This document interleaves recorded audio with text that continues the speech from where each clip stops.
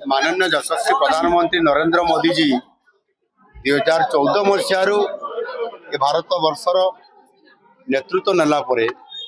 नारी शक्ति को सब प्राधान्य दे आसी महिला सशक्तिकरण करने एवं समान को आगू को आने से राजनीति क्षेत्र में हो सामाजिक क्षेत्र में हो एवं आपंकर अर्थनैतिक क्षेत्र में गुरुत्व दिया से आज विधानसभा संसद में किभली भाव में 33% 33% केमती समानकर प्रतिनिधित्व रही पार ताकू आधार करी नारी शक्ति बंधन अधिनियम ये आनी पार्लियामेंट रे ये डिस्कशन चली प्राय भोटिंग दबा आरंभ प्रक्रियाकरण जारी रही आलोचना जारी रही निश्चित भाव में आमे से आशा रखुचु जे जेहेतु समस्त जनसंख्यार अधा होउचंती महिला एवं समान को समान अधिकार देवार ये गोटे बहुत बड़ संवैधानिक व्यवस्था भितर हेबा कथा ताकू आधार करके आज करा जाउची आमे तो आशा रखुचु निश्चित भाव में यह पार्लियामेंट रे अनुमोदन लाभ करिया पई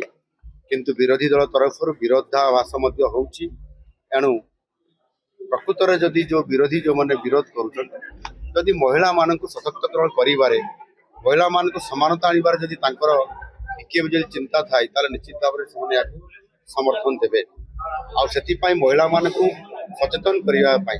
सशक्तिकरण करने आज ओडिशा रे ये प्रथम थर करी आम ये अनुभव में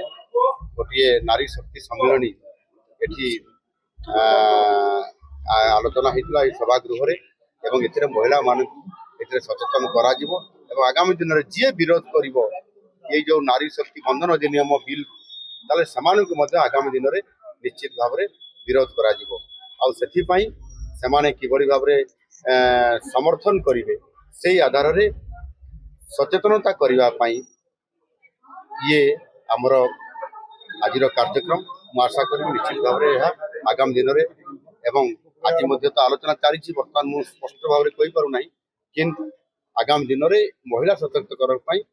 भारतीय जनता पार्टी नेतृत्व में एवं एनडीए जो प्रकार निजर नीति स्पष्ट कर आगामी दिन में भाव में नारी प्रति सम्मान एवं संरक्षण एवं समानता निश्चित भाव में दृढ़ भाव में स्थिर होगी आगे बढ़।